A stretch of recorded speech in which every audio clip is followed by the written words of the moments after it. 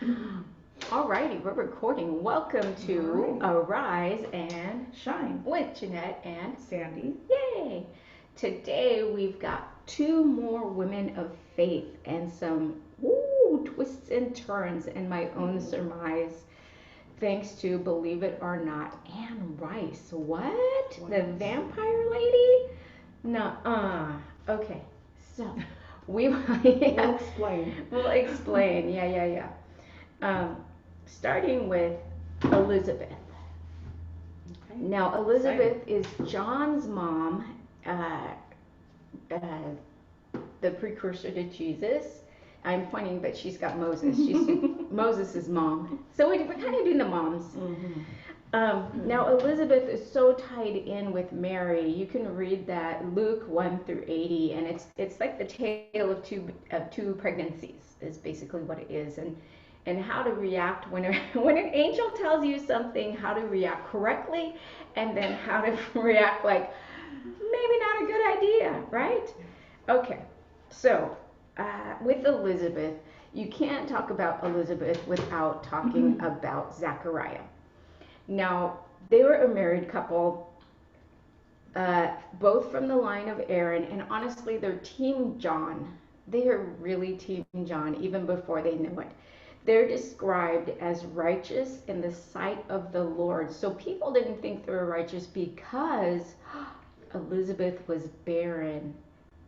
What? That was seen as really bad. There's quite a few things that if it wasn't going on, then you weren't blessed by God, and there was something obviously wrong with you and your marriage or your family or something.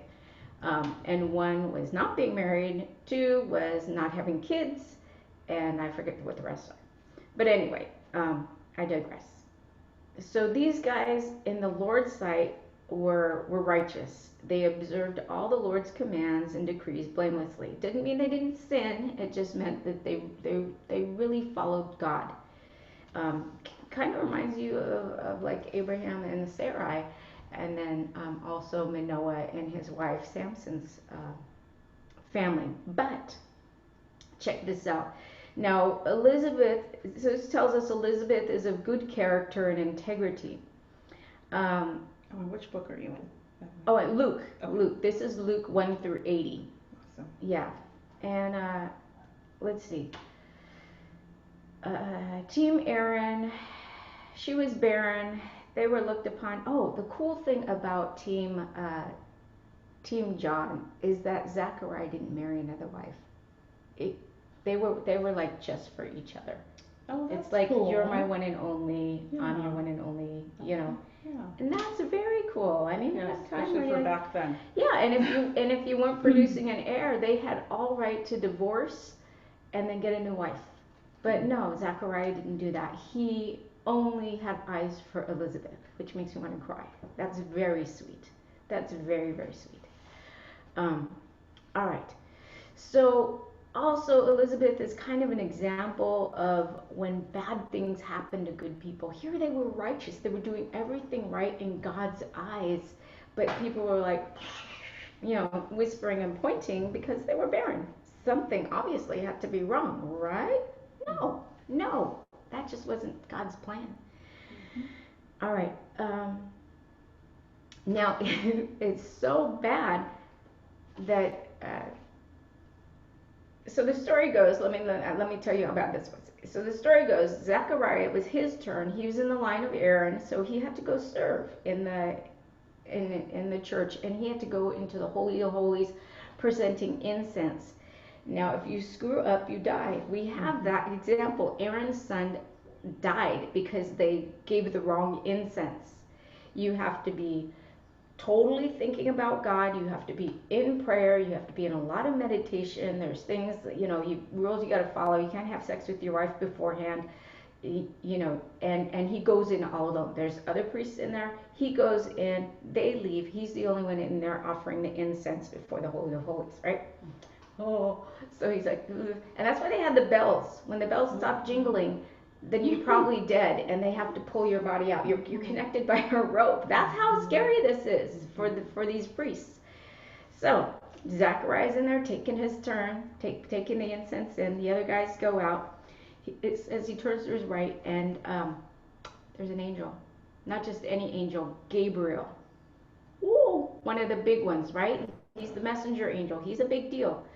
Um, and he greets him and he tells him not to be afraid. And he says, you're going to have a baby. And this is, or your wife's going to have a baby. It'd be more of a miracle if he did. So, yeah, you're already scared in the Holy of Holies, and right, then you turn right. around and there's an angel. And then there's an angel. No talk from God, no angels, no appearances, no good prophets for 400 years. Who was it? Malachi was the last one who got a word. 400 years. And all of a sudden, bang, shaboom. Hey, Zechariah, I'm talking to you. And the angel says, you're going to have a baby. You and your wife. And Zechariah, this is how old they are. They're past childbearing ages, which, you know, could happen for women from 50 to 60. So they were probably like 65 maybe on that. It's not happening. The doors are closed, you know, the workshop's closed. Nobody's there. He turns to Gabriel and he says, what? You know, he basically says, how's this gonna, no, it's like, wait, how? Huh? And he questions Gabriel.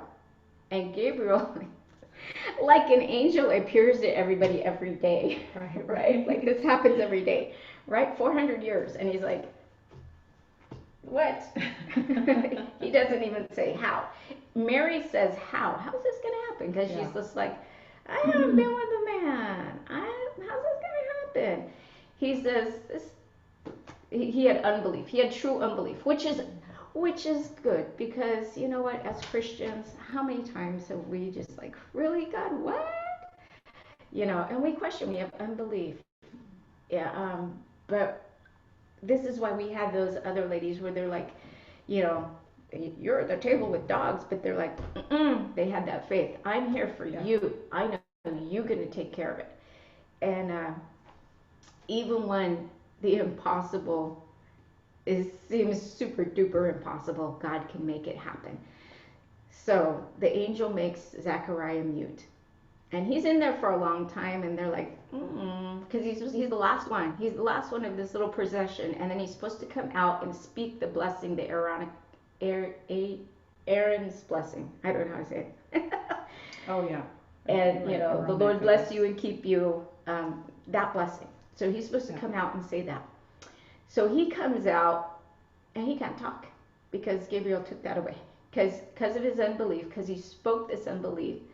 Gabriel's like, you're not going to talk until it happens, until you see it come and unfold in front of you. So Aaron comes out, and he's like, can't say, and he's like, you know, it says he's making gestures. I mean, can you imagine in front of all these worshipers, that'd be like the singers coming out and going, you know, because they can't sing, because they can't speak, right? It's crazy time. Anyway, kind of cool and funny. So he's finished with his thing. They were like, okay, vision. You had a vision. He's like, yeah. So anyway, he finishes stuff. He goes back home. In the meantime, Mary gets a visit by Gabriel. She handles it better. And she's like, well, okay, but how's that going to happen? I haven't been with the guy. I'm promised to Joseph. And she wants to be honorable and not be with the guy. And he's like, the Spirit of the Lord will come upon you. And she's like, okay. And the angel specifically tells her about Elizabeth's pregnancy. And Elizabeth, in the meantime, got pregnant, but she's in seclusion. She's that, how'd you say, like a frail pregnancy. So you got to be careful. You can't be walking around, jumping around. Right. So she's been in seclusion. She probably hasn't been moving around a whole lot, because this is, you know, the older you get, it's a little tougher on the body. I couldn't imagine. I'm in my 50s. I couldn't imagine being pregnant again. Oh my God. I'd be in there, what, Gabriel? Are you crazy? No. Yeah, so she's been in seclusion. She's really taking care of herself. And she takes this with joy. Can you imagine being 65 I know. and you're like, oh, I'm pregnant, and being happy and being super happy. That's how much of a stigma being barren and not having a child was. That's how brutal it was. So she's happy. She's 60, Yeah. wrinkles. She don't care. I'm having a baby, man. She is happy about it. All right.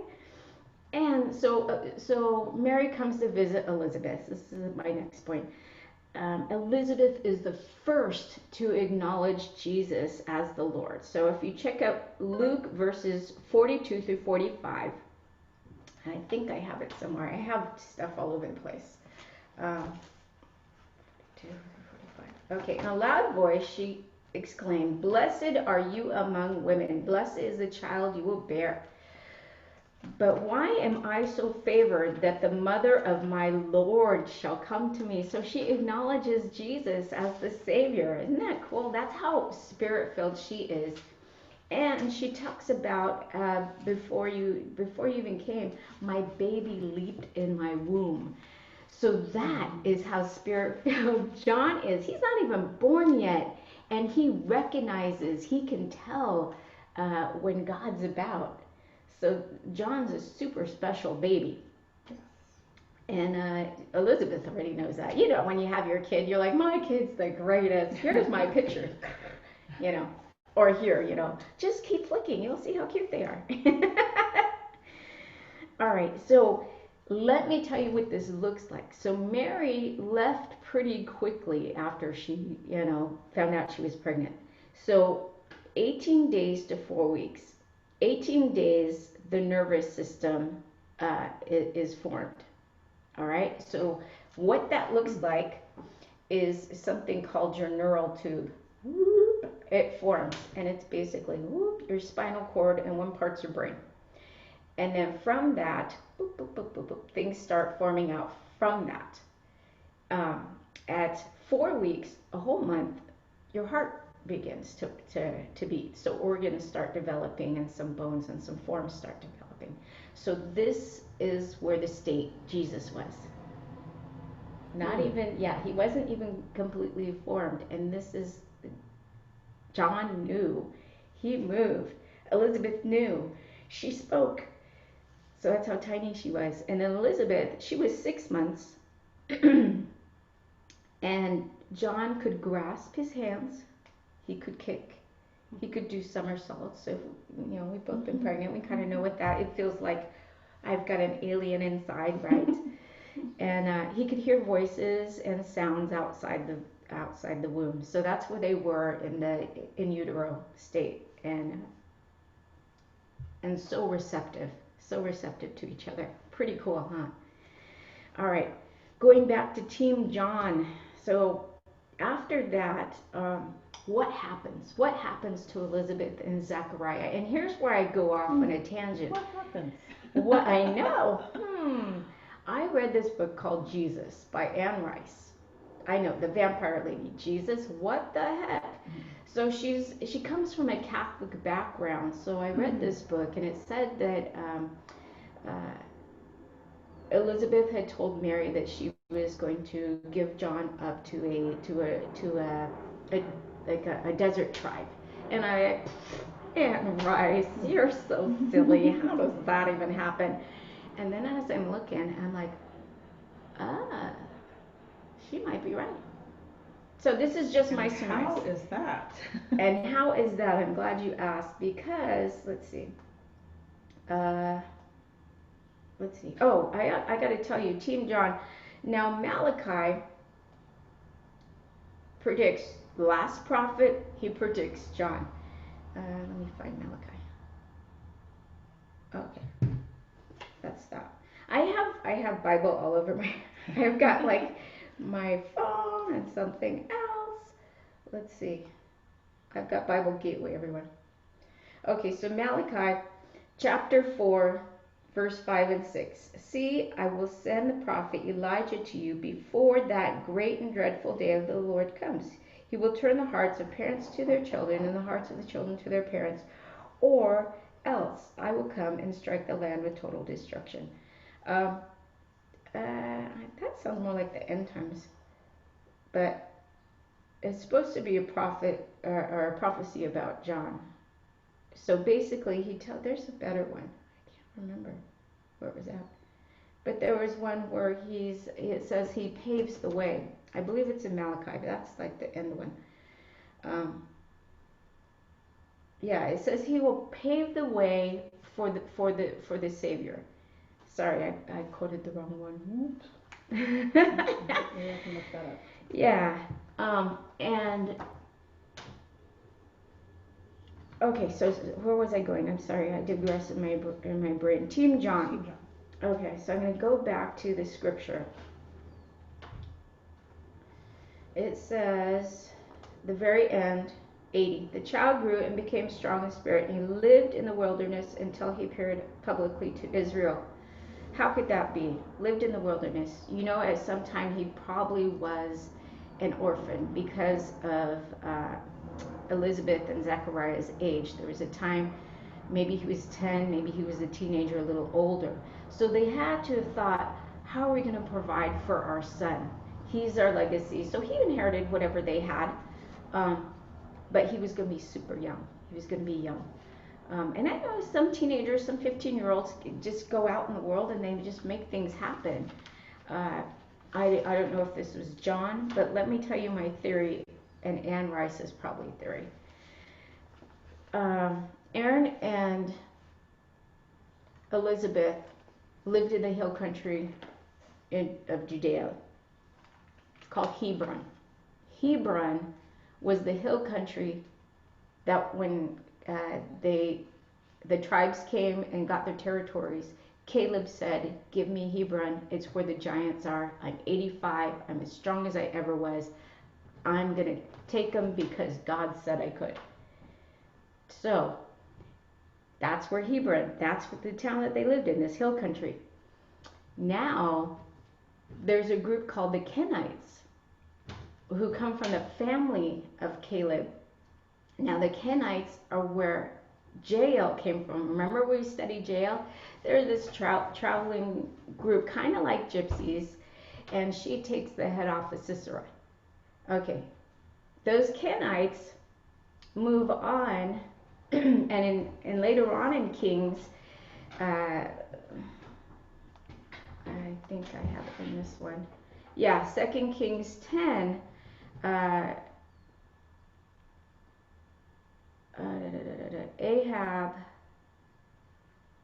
Ahab meets up with what's his name? It's one of those Jehonadab things. Jehonadab? Yeah, Jehonadab. Jehonadab. And that is, let's do Kings, 2 Kings 15. 2 Kings 10:15. After he left there, he came upon Jehonadab, son of Rechab, who was on his way to meet him. Jehu greeted him and said, are you in accordance with me as I am with you? And he said, I am. So they went out and they killed all the Baal prophets. They locked them in their temple and they set them on fire. And so because they had zeal for the Lord. Think about Jael. She had zeal for the Lord. She chopped things. Remember, she put the spear in. He got up and she's like, you're going down. She chops his head off. So here's from that same tribe, Jehonadab, Rechabite. Now, Rechabites. After that, you hear of them in Jeremiah, years later, when Israel, after Jehu, his sons, and I think another king, they're gone. They're being attacked. Now the Rechabites come to Jerusalem to get away from that, to not be taken away, and they're living in town. Jeremiah goes and finds out about them, and you know what? He goes to he takes them into the temple and he offers them wine, and they're like, we don't drink wine. We honor our Father.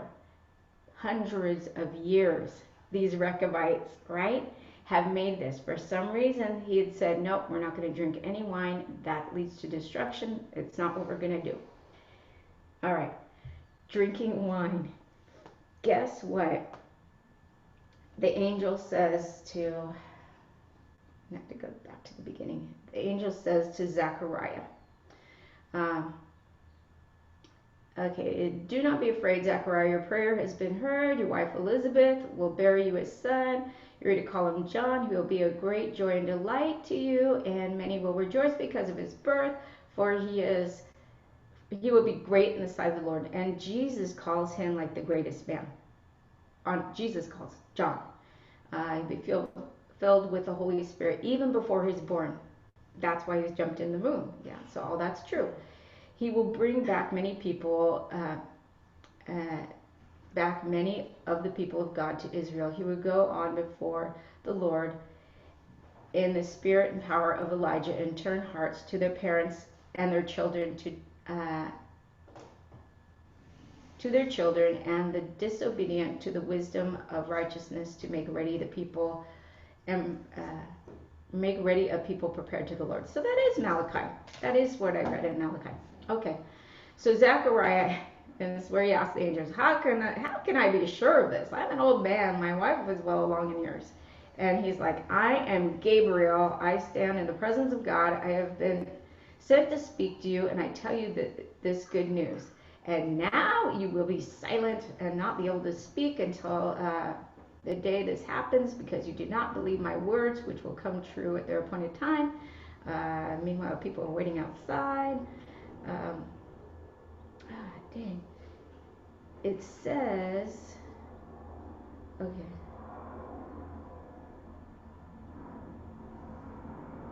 It says somewhere in here, I forget where, I can't find it now, that John's not supposed to drink. Now the Nazarite vow is the one Samson had, where he's not supposed to cut his hair either. And there's other things he's not supposed to do. I think he's not supposed to have women. So, but this one says only drink. Rechabites says only drink. Any fermented foods.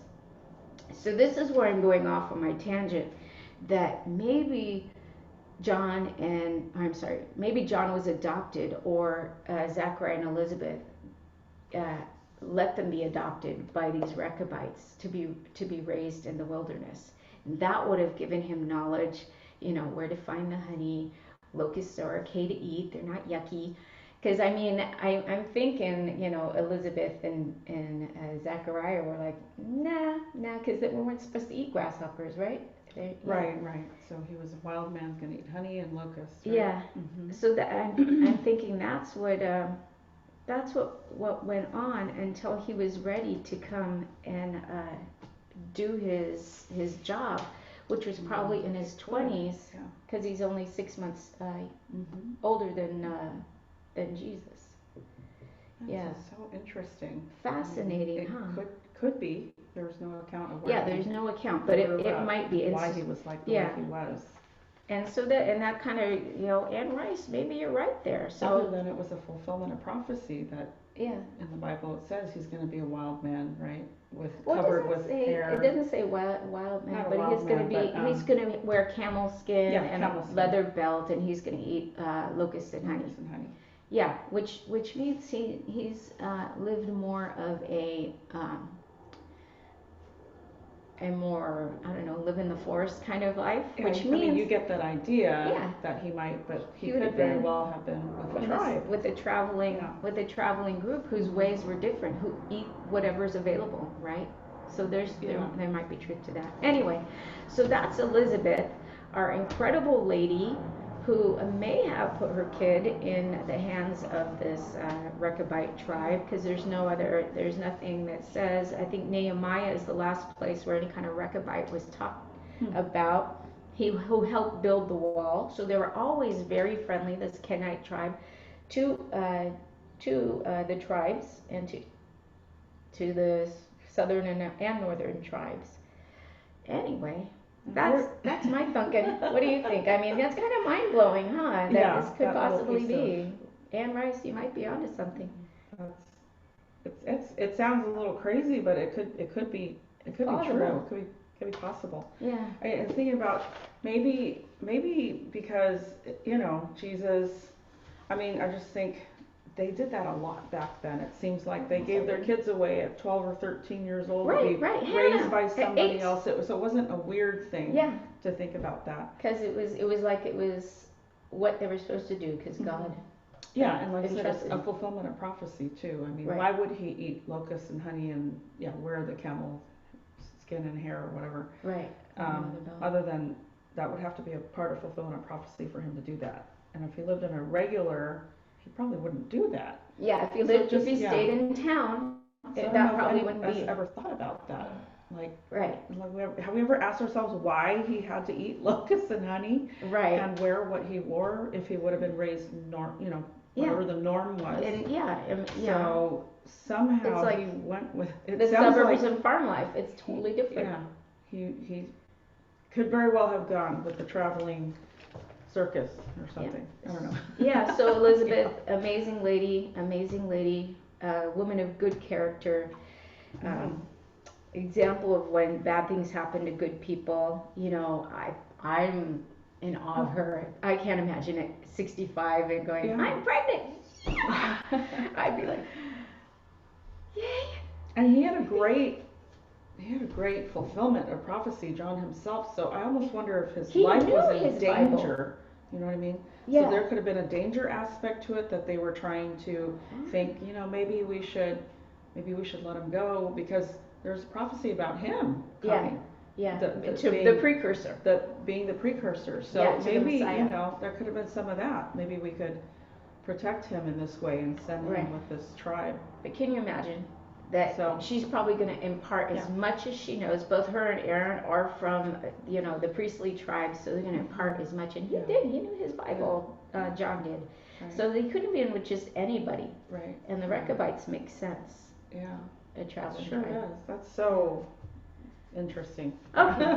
And now we've got more interesting. That's a tough one. Yeah. To dig some things up that we maybe never have thought about. Anyway, I hope you enjoyed that. Stuff to think about. Yes.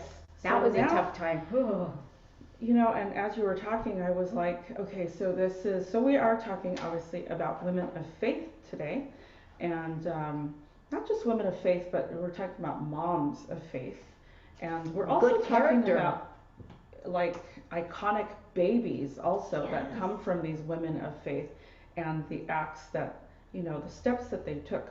So anyway, yes, we are on. We're going to talk about Jochebed, which I used to think I called her Jochebed. So I'm glad I actually looked up the pronunciation, but it's Jochebed. So she was, as Jeanette said, she was Moses' mom. But you can't really talk about Jochebed without talking about Miriam too, because Miriam was her daughter and Aaron was her son also.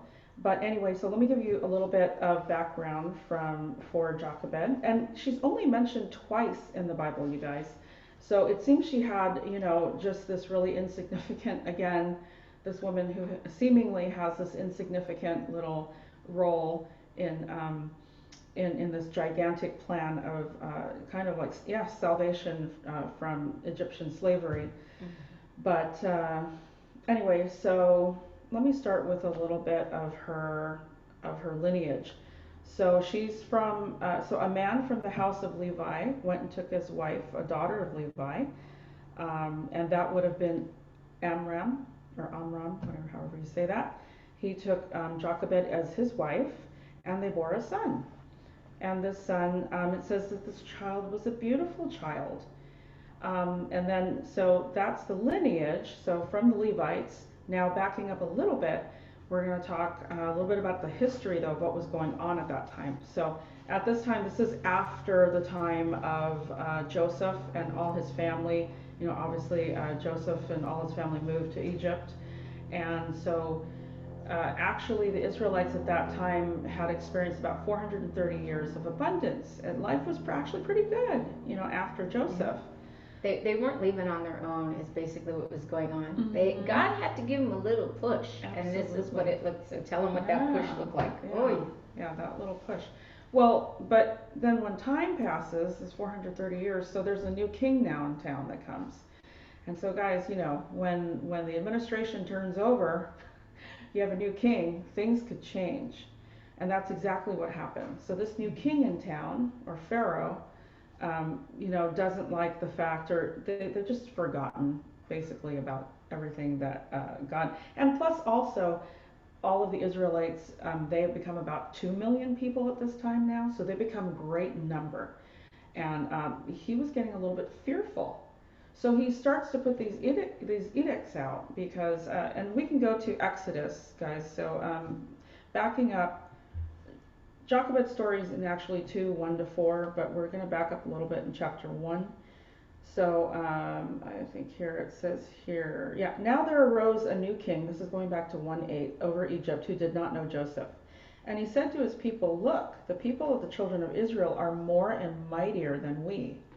So he was getting scared. Come, let us deal shrewdly with them, lest they multiply, and it happen in the event of war that they also join our enemies and fight against us and go up out of the land. So therefore they set taskmasters over them to afflict them with their burdens. They were trying to kill the spirit of the people at first.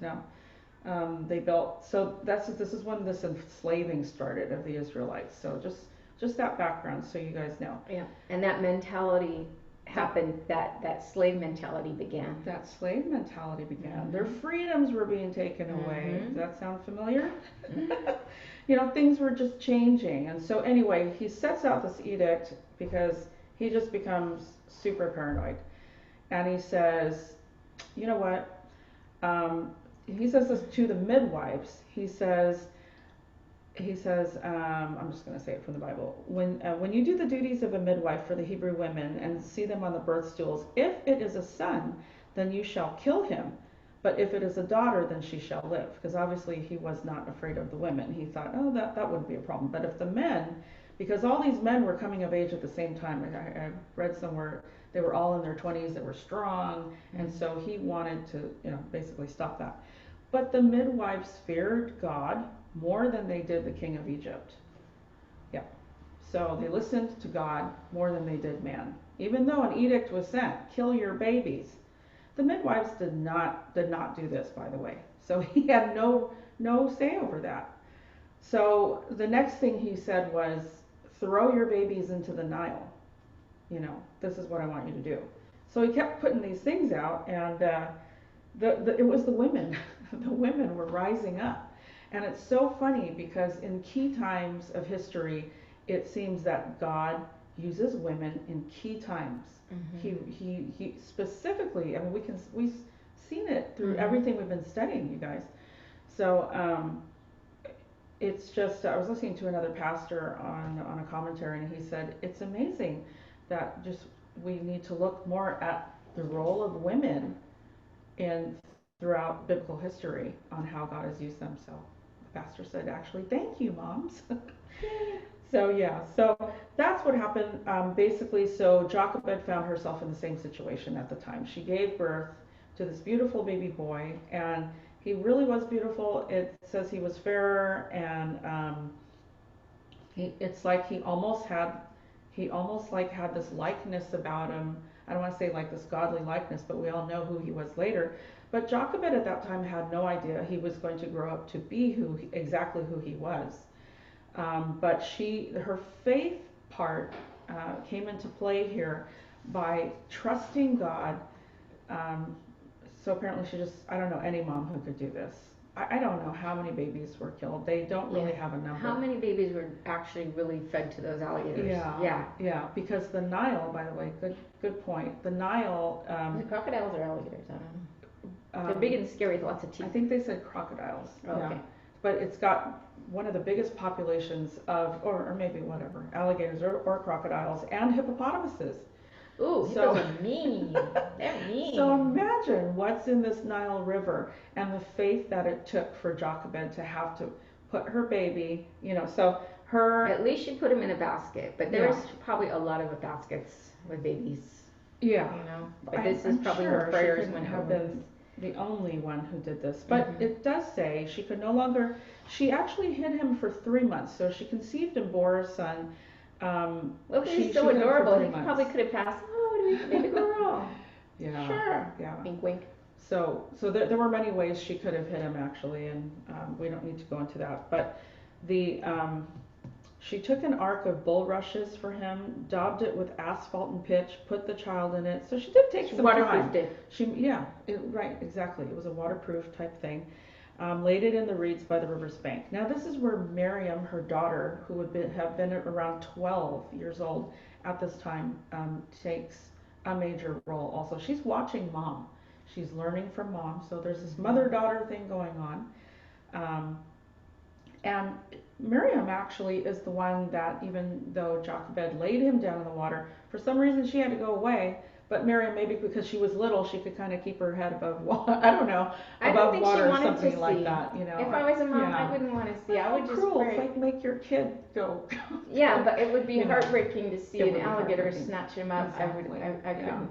And then So as a think little of girl, emptiness. you'd be just curious, And that's like, where the hey, faith that's comes my in. little brother, or Yeah. where's little Yeah. brother going? He's Yeah. so cute. I imagine, 12-year-olds, some 12-year-olds love their little siblings, where they're just like, oh, little baby, Right, right. and then She may she's not like, have been in full Mom, understanding yeah, yet why? she may have thought of it as, this is kind of cool. I get to watch over my baby brother. Yeah, or maybe But maybe that's what she was doing. Like, I don't care, Mom, yes, what you that's think. exactly I'm what gonna she was snatch him doing. up. Maybe she was thinking, yeah, she's I mean, gonna they make sure could he's have okay. had a plan together. Yeah. Obviously, she wouldn't have been maybe as tall as her mom yet.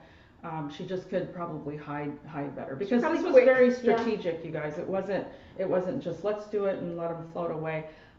They must have been near to, because I can't imagine him floating so long, so they must have strategically placed him nearer to where they knew that Pharaoh's daughter was going to be bathing. Oh, yeah.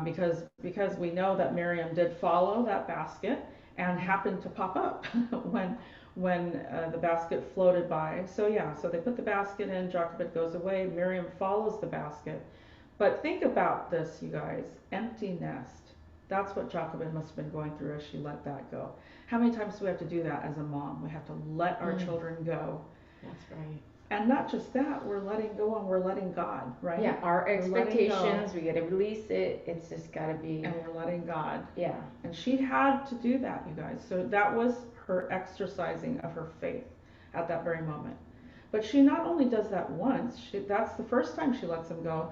The second time she lets him go, we're going to talk about in a little bit, because she has to do that again to let him go to the people too. But so greatly, God had this wonderful plan. Pharaoh's daughter was out bathing. She had her, other servants with her, and but apparently she was looking. Sorry. Yeah, but not just Pharaoh's daughter. This daughter was incredible. This was Pharaoh's daughter, like a really strategic woman, super smart, and she was going to figure out a way to rule the roost one way or another. Yes, yes. I did not do a study on her, but yeah, she would have had to be. But I guess she was out bathing and saw, this basket and saw this baby in it, and told whoever to bring the basket to her. And then Miriam pops up. Oh, and so she sees it, and it says the baby cried, but she was basically probably just fell in love with the baby. Yeah. But because the baby looked the way that he did, and I do believe he had the countenance of God on him, on his face, because we know it's Moses. He must have always sort of had that glow about him, as we know he does later in life when he comes down the mountain. But he had that precursor glow, because he did have a certain countenance about him that made them bring him in. Because I can't believe that that's the only baby that was floating down the Nile. And I hate to think of it that way, but because the baby was fair, the baby was beautiful, does that mean they let ugly babies go? I don't know, Yeah. But this baby was worth saving. So, and anyway, so Miriam pops up and says, "Oh, would you like me to go find someone to feed him? Yeah. To nurse him?" Yeah. And so they're like, yeah, because they're probably thinking, who's this insignificant little kid? How can she, Yeah. how can she cause trouble? Sure, go ahead and find us a peasant woman, Yeah, because the queen's servants probably weren't Yeah, having babies. right. No, they were Exactly. just, yeah. And they're like, I'm not gonna, Yeah, I'm not gonna do they, that. and they I'm not gonna didn't. feed a Hebrew possible, Royalty didn't Yeah. nurse their own kids. Somebody Right. else did that. Somebody else. So Yeah. they let Could your Miriam do boobs that. Yeah, yeah. Can't have that. We digress. But, so anyway, Miriam brings Jochebed, who is, we know, Moses' mom. So it just works out. So Jochebed ends up getting to, and Miriam is strategic, and because she could have said at any moment, oh, his mom's just down the way here, she can, no, because they would have said, kill you, let's kill them all. We're not going to be tied to that. So, so she says, no, here's a woman, so even Miriam at 12 years old knew, and she was shrewd about the whole thing, strategic. And so Jochebed actually then it says got to get paid. I know. Yeah, paid. Get paid to watch over your own kid, nurse care, your own baby. Nurse her own baby. And not just nurse her own baby, because this happened, by the way, for several years. So she was in the picture for several years. And during this time, until it says he grew up. Yeah. And then he gives her back again now to Pharaoh's daughter once he's grown up.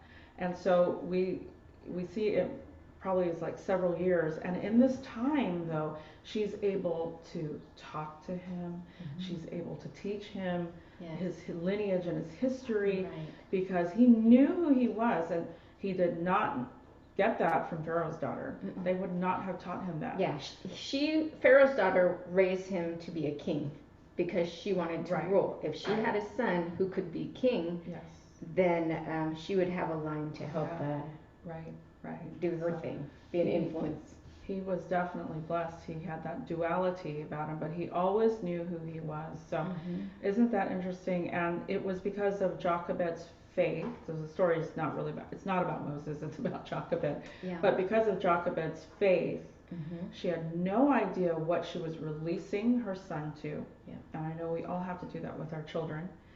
And she had to do it twice. So not only, so she got him back, she got to nurse him, and oh, my baby. But then several years later, she now had to give him back to Pharaoh and back to that kingdom. And she just had no idea at that point what was going to happen. But look at how God turned her faithfulness. It says she was humble. Where's in my book here?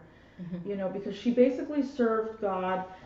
She was never vividly described in the Bible as many of the other great mothers in the Bible, but she lives on because she walked humbly before her God.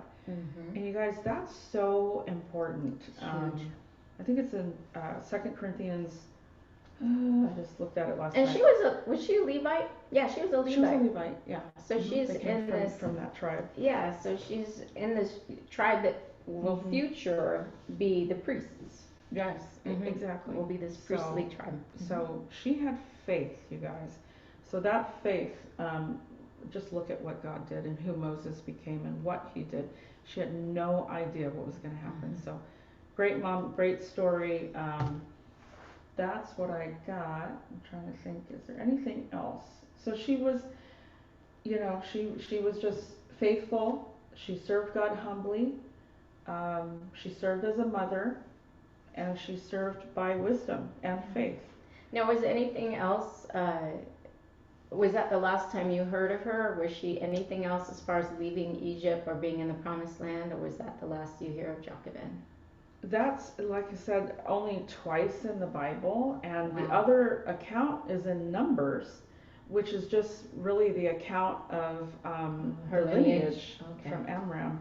Yeah. So this is really the most complete story we have of her. I mean, we can see though, since when Moses obviously knew who he was, he would know his mother later. And we know from the 10 Commandments, but we're talking about before. We're hoping anyway. We're hoping, I mean, there was a woman that he saved in the movie that she almost got ran over, and that happened to be, they called her Yoshabel in the movie though. Yeah. So anyway, we don't need, that happens to be his mother. He saves his own mother and I remember in that movie also Joshua, because it's one of the funniest. It's funny the way Joshua says it, because aren't you the one that saved that old woman? Who is that old woman to you? Or maybe an old woman. So, but Hey, we but Jesus also called see his mom woman. Yeah, Woman. exactly. Just an old woman. But we also see her, in the movie, we see her praise God when she gets to see the whole glory.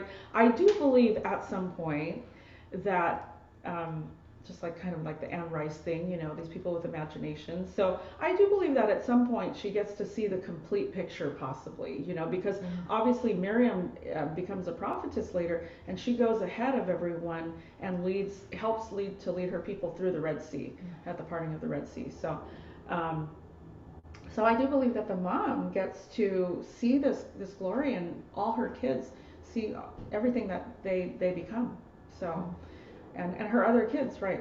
Miriam, prophetess, Aaron, the priest for 40 something years, and it's just amazing. So Pretty cool. anyway, that's pretty cool. And then the other cool thing was, and we might have to do a study just on water, because I know you talked about that one time, but we think about Moses being drawn out of the water. And I'm totally digressing, but yes, how water is so important, you guys, and everything great's based around water. So we could do just a study on water. When I was studying this, I was like, whoa. Yeah. And John baptizing in water, the one who the whole cleansing, Jesus being the living water. Pretty cool. Pretty cool. So anyway, that was Jochebed's tiny but huge role. Yes, that is a wrap. Amazing ladies, and it's never too late. Like in her 65, here she is getting her call, Elizabeth. So it's never too late. Too late. Yeah. All right. So thanks for joining us. Right. Yes. Thank you guys for joining us, and we hope you come and join us now Thursday morning at 7:30. I know it's a little early. We did it right because our schedules, and then we're hoping to catch some women that maybe didn't have to go to work so early and could come on eventually and just talk with us. We'll talk more about faith and these women too. So that would be Thursday morning, 7:30 at occc.church, same place where you found us here. Thank you so much, and we'll see you all next time. Yep. May the Lord bless you and keep you, right? And make his face shine upon you. Take care.